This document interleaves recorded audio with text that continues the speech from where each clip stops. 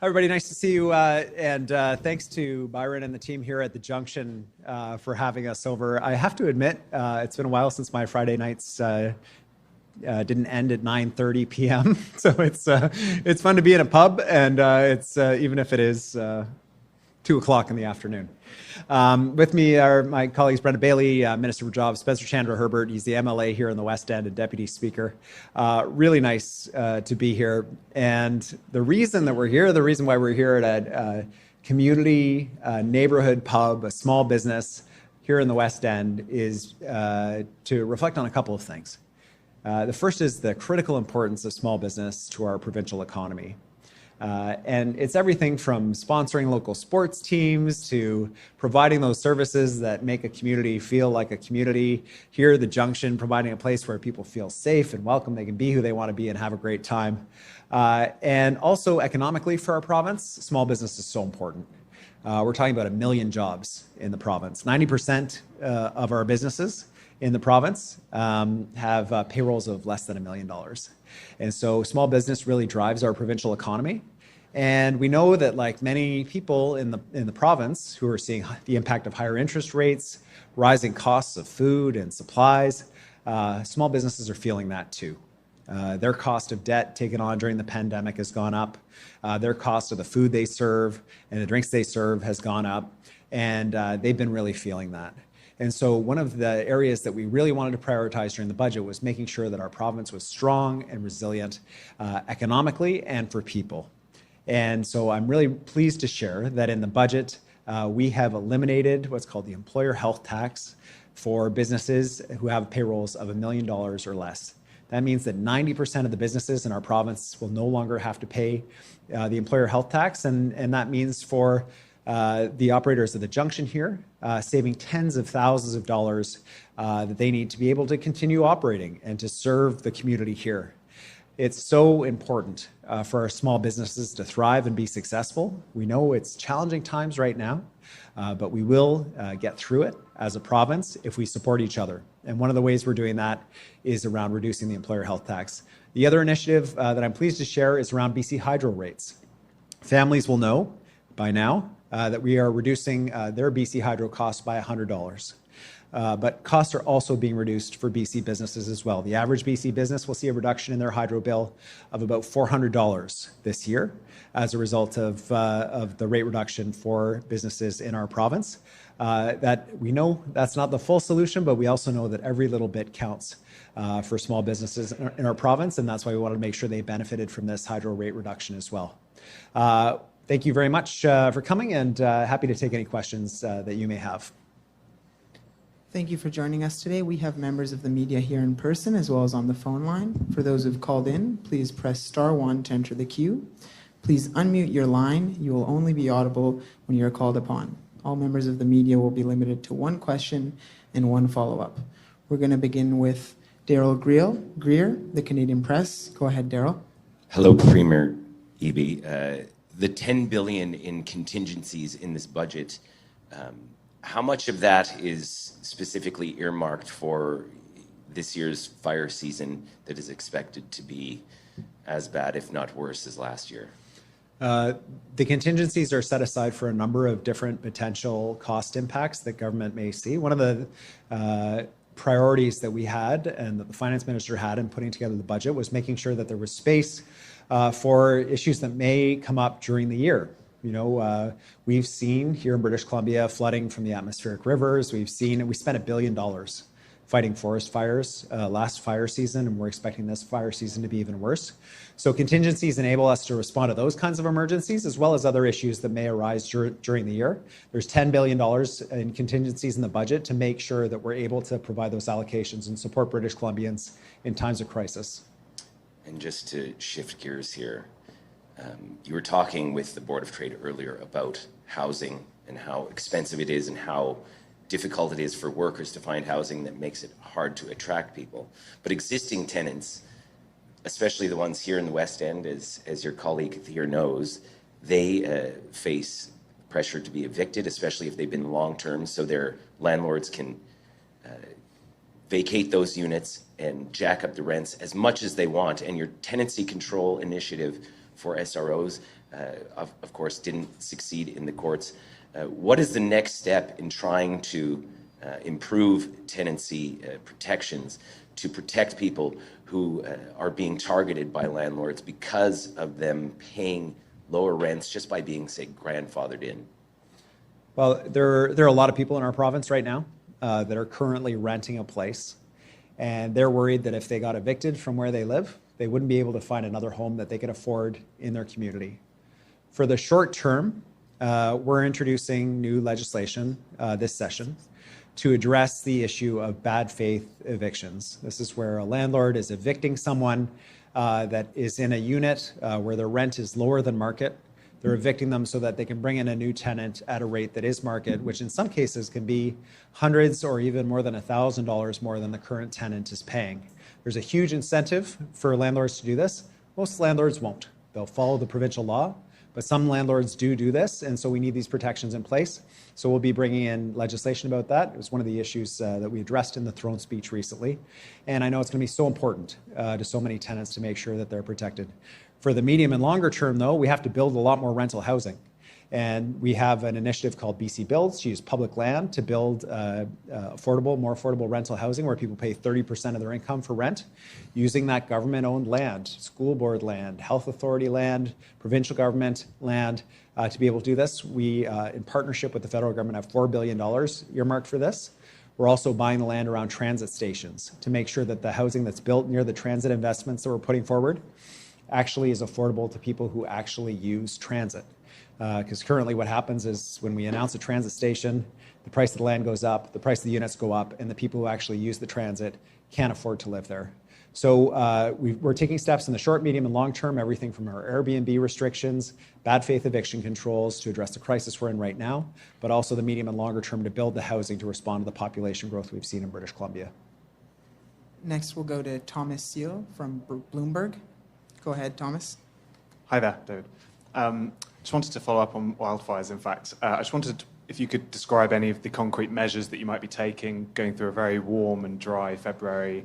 Alberta has moved from a sort of specific fire season to year-round, it seems. So you sort of taking any particular precautions? You mentioned the Army, I think, in a recent event, fire breaks. Just any detail would be really helpful.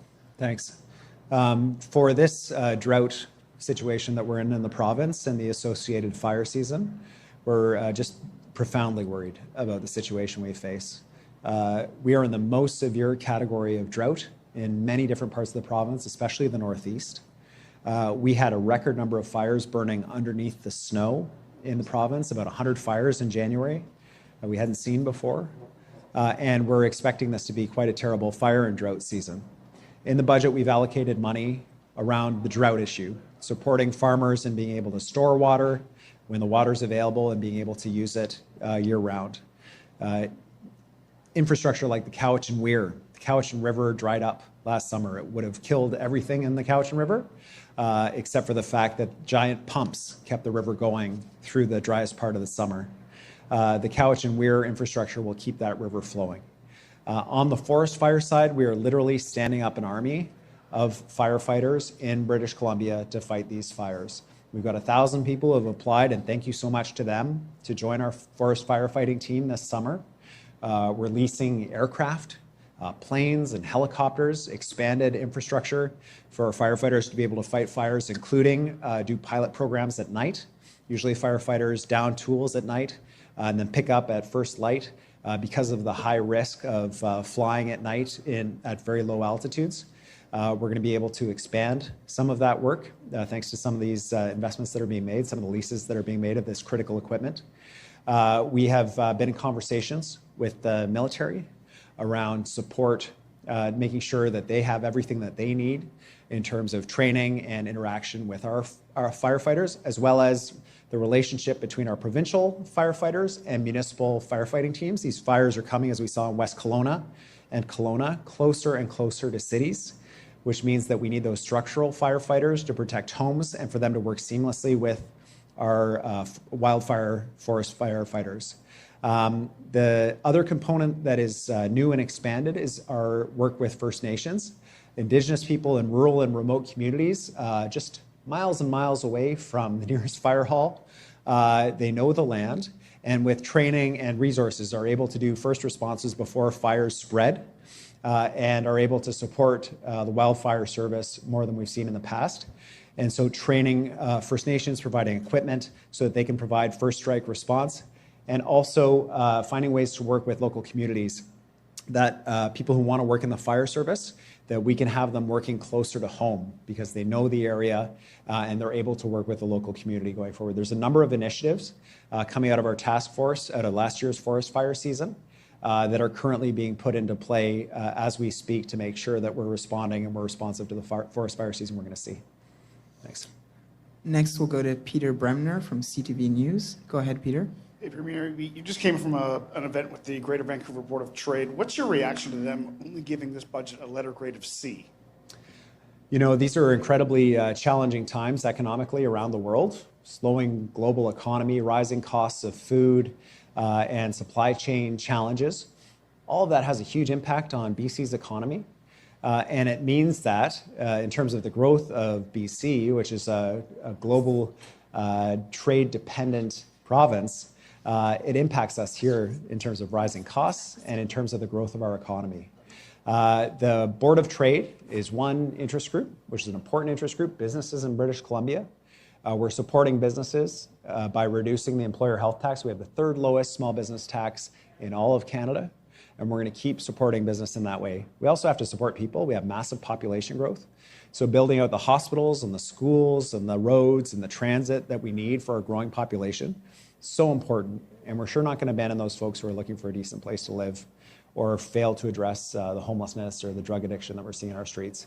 These are challenging times for British Columbia, but happily, when we look across the country and across North America, we're in a better position than many other places.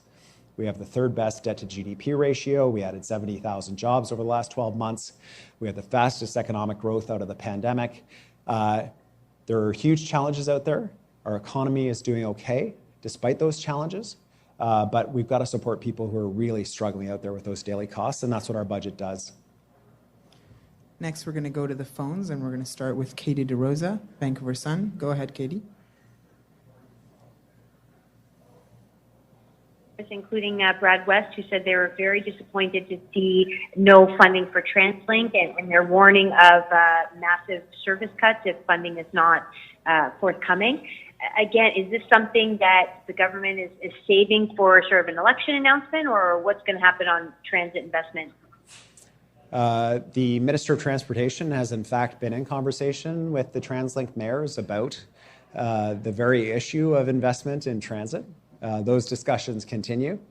I think Mayor West knows it's not correct that there is no money in the budget for TransLink. And we are in negotiations with them. Mayor West is a fierce negotiator, as he should be, for his community. And we both have a shared goal, which is ensuring that there's quality, reliable transit for British Columbians. Our government put $500 million into TransLink when they were facing financial collapse during the pandemic due to reduced ridership. And because we did that, ridership is at its highest levels in TransLink of any transit system in North America post-pandemic. They had the fastest recovery because they didn't cut routes. They didn't have to because our government supported them. We support transit. We're going to keep supporting transit, including with the Surrey-Langley SkyTrain. And I look forward to working with Mayor West through the Minister of Transportation so we can get a deal done. Katie, do you have a follow-up? Yes, and on another infrastructure area, funding for infrastructure to support all the housing that will be required of municipalities through the Housing Supply Act, missing middle housing, transit density. Again, mayors are saying, where is the money to support that housing? Because they're saying that the building plans won't even accommodate, new taxing on the sewer system. So how can municipalities add that housing without the infrastructure funding? So we have a commitment to work with mayors to address their concerns about infrastructure and how it's going to be paid for. Growth has to pay for itself. Is an important principle, and that infrastructure has to be there. We have been pushing hard with the federal government around, frankly, their absence from traditional infrastructure funding envelopes that they had provided for a long time. It's a big problem. They haven't put a call out for infrastructure for a while. But we're reassured continually by the federal government they will be there on that infrastructure going forward. We're also working with the mayors on tools to make sure that the infrastructure charges that they put in place, the development cost charges, the amenity cost charges on new developments, are predictable and that they're accessible, even despite the fact that the zoning process is done completely differently under our new process. So it's predictable, so it's faster, so we get more homes built. I know that with the vast majority of mayors, we have a shared goal of getting more homes built that are more affordable for people. We're dramatically changing how that process works at the municipal level, and I thank them. I know it's stressful, I know it's a lot of work, but it's got to change. We cannot wait 3 years for new homes to get built. It has to get built faster. It has to be predictable. There are mayors who have led the way on this work, and I want to thank them for that. There are cities that need a little bit more support to get there, but we will get there, and it'll be consistent across the province. Next, we'll go to Richard Zussman from Global News. Go ahead, Richard. Premier, gas prices went up 10 cents overnight in Metro Vancouver. They're expected to go up another 10 cents. You're there at a business right now supporting workers, but what are you doing for those workers who rely on their vehicles to get around? Why does the province continue to be one of the last to support the idea of carbon pricing specifically on gas? Is there any help to come to support people in that way? And what's the government doing to actually measure whether that carbon tax that's in place is actually reducing carbon emissions? Yeah, we know people are struggling with costs, which is why we have the clean energy tax credit for British Columbians that returns 100% of the carbon price that British Columbians pay back to people. And we know that we've grown our economy. One of the leaders in Canada growing the economy post-pandemic. And despite the fact that we've shown such significant economic growth, our emissions are down 5%. We can reduce pollution and at the same time grow our economy and support people with the cost of daily life. We're going to keep doing that important work. Now is not the time to abandon the fight against climate change. The forest fires, the drought, BC has to be a leader, not just for our kids, but also for where the economy is going. We recognize that businesses are looking for a low carbon jurisdiction where there's cheap, clean electricity. And so we're preparing our economy for where the world is going, which is a low carbon future. There's just no debate about it. And we are going to lead that economic growth. And in fact, we already are. Richard, do you have a follow-up? In essence, over 48 hours, these businesses have been dumped with 20 cents extra per liter on moving around. So how do you expect these businesses to be able to manage through that? And on a separate issue, we saw yesterday in the budget, so many of your capital projects have had these dramatic cost overruns. How can British Columbians rely on the forecast in terms of cost of capital projects when we continue to see overruns at 60% higher than these projects were originally projected to cost taxpayers? Thanks, Richard. So a couple pieces to this. One is we've seen wild fluctuations in gas prices, and British Columbia is not alone in that. We have seen other provinces where they've taken taxes, in Alberta specifically, they took their taxes off their gas prices, and the gas companies just increased their prices right back to where they were before the taxes were taken off. So they gave up all of that revenue to pay for things like transit and public services, and they didn't do anything other than increase the profits of the oil companies. And residents in Metro Vancouver will see the Sea to Sky Highway. There's no TransLink gas tax on that corridor. And yet those gas prices are the exact same prices as you'll find not in the Sea to Sky corridor. We will not move to increase the profits of gas companies in British Columbia. What we're doing is we're supporting British Columbians however we can to reduce their costs, reducing their hydroelectricity bills by $100, the clean energy tax credit, returning pollution tax revenue right back to British Columbians, back into their pockets, 100% of that revenue, and also using revenue from the big polluters in our province to prepare our economy for the growth that we're going to see in the low carbon future, to get off of polluting fossil fuels and switch to clean electricity, which creates jobs here in BC instead of in other parts of the world. Now, on the second question, so many British Columbians are seeing increased costs. I mean, ask anyone who's tried to do a renovation recently. The costs of things are going up. And it's not just in British Columbia. There's a global phenomenon of inflation that we're seeing. And that has impacted capital projects here in BC, building schools, building hospitals, building transit, building roads. It's more expensive than it used to be. It would have been great if these projects had been built 10 years ago as they should have been, but they weren't. For 10 years, only $75 million was spent by the previous government on long-term care homes. It would have been so much cheaper to build the long-term care homes then, but they didn't build them. We have to build them now because we have the seniors who need those long-term care homes now. And it's the same with schools. It's the same with hospitals. If only the land in Surrey hadn't been sold and the hospital had been built instead, we would have been way further ahead. They didn't do it. We have to do it now. And unfortunately, costs are going up around the world, and it's impacting our costs of capital projects in BC, but we have to deliver these projects to ensure a livable province for British Columbians. Next, we'll go to Amelia McCower from Radio-Canada and CBC News. Go ahead, Amelia. Thank you for taking my question. I will ask the same question Bridget did earlier. Are you planning on using the contingencies for, bonuses later on for your electoral platform? So the whole point of the contingencies, the $10 billion in contingencies, is to make sure that we have the resources to respond to issues that come up during the year, and including, but not limited to, natural disasters, which unfortunately we do have to expect with the drought season that we're facing. Just recently, fruit farmers that rely on plants that have to survive through the winter, it's everything from grapes to fruit trees and others, have experienced massive die-off of their plants because of whipsaw of temperatures from very high to very low in a very short period of time. It's killed their plants.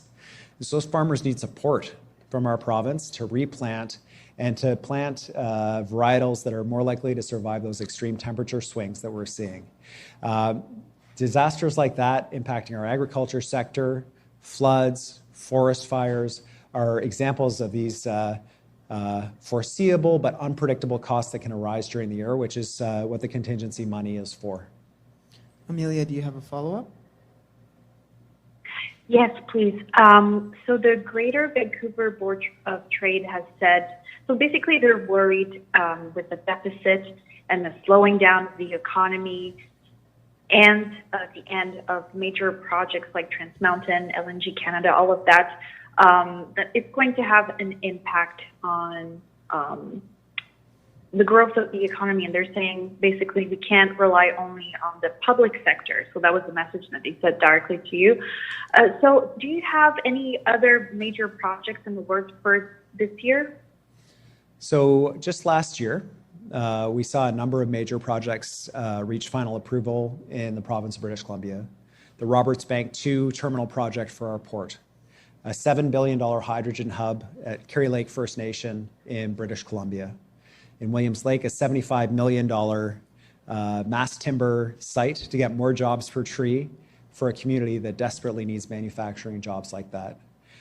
In the Lower Mainland, a $701 million investment from Abcelera, the biggest investment in the history of the province in the life sciences sector. We have more significant project proponents that are reaching final investment decision. It includes Cedar LNG, as well as major hydrogen projects. We're really excited about the major projects that are coming forward. But I have to say, the big challenge that we've heard about from the business community has not been a shortage of major projects to work on. It's been a shortage of the workers to take the jobs for the major projects that are out there, which is why we worked with the business community to invest, and it's in the budget, a couple $100 million around training people with the skills so they're able to take these jobs. It's everything from tech jobs, lab jobs, skilled trades to build things in our province, the welding, the carpentry, the plumbing, all of these critical skills that we need, as well as, of course, a new medical school for British Columbia. So we're training up British Columbians to be able to take these jobs and deliver these projects, because without those folks, we are going to lose those major projects, and that will be a big problem for our province. Next, we'll go to Wolf Deppner from Black Press. Go ahead, Wolf. Yes, thank you for taking my question. Prima, I want to ask you about, if I may, about climate change. The BC Green leader, Sonny First now, yesterday accused your government of abandoning leadership when it comes to fighting climate change. She made the argument that you're dragging BC back into the mid-20th century. What's your response to this argument? Gosh, Wolf, I guess the short answer would be that I just fundamentally disagree. We are the province in Canada that is leading the fight against climate change. And it's not because that's something that everybody is really excited about. It's something because we have to do it. We are the province that is seeing the major impacts of climate change in ways that other provinces are just starting to see now. We've seen the smoky summers for a while, the atmospheric rivers, the drought, the heat domes, you name it, which is why British Columbians support taking action on climate change and why they understand where the world is going to be going on these things. So we have significant allocations in the budget around things that make communities better, but also help fight climate change, around transit, around active transportation, bike trails, walking trails that make life better, but also help people use fewer fossil fuels, and building up clean electricity across our province. It's a $36 billion investment in BC Hydro to build out our electrical grid across the province to help reduce our emissions in the province. Now, I don't know how you can look at that investment in our electrical grid to reduce emissions and grow our economy in a sustainable way and say anything other than this province is taking the fight against climate change head on. Wolf, do you have a follow-up? Yes, thank you. And this is about the flipping tax. The chief economist of Columbia Real Estate Association earlier called the flipping tax politically motivated. Now, it should be said that he also praised the general approach towards housing that your government has to this argument that this flipping tax is essentially homeopathic. Sorry, Wolf, it wouldn't have happened? No, the argument is that this flipping tax won't do much to curb speculation. Oh, I see. Okay. Well, I mean, maybe at core we have more overlap than it would first appear. The flipping tax itself is not going to solve the housing crisis. The flipping tax is just one piece of an array of housing initiatives to address the housing crisis. There's no one silver bullet to address the housing crisis. If there was a silver bullet on the housing crisis, we would have fired it a long time ago. To address the housing crisis, we have to address the speculation that's in the market. That's the people buying and flipping homes. People shouldn't be competing with them when they're looking for a place to live. We've had to address Airbnb, people buying up whole strata buildings and converting them over to hotels at a time when those units are desperately needed for rent or for purchase. Speculation and vacancy tax, empty units left vacant by investors as a place to hold their money instead of as a place to live. Those are all critical toxic demand initiatives, but we also have to address supply, allowing people to build more than one unit on a single family lot, building more units close to transit, expediting municipal and provincial approval processes. If it were the only thing we were doing on housing, I might be inclined to agree that, yeah, I mean, this is not going to solve the whole thing, but it is one piece of an array of initiatives that is intended to address the complex challenge that we face around housing. That's all the time we have. Thank you for joining us. Thanks very much, everybody. Nice to see you.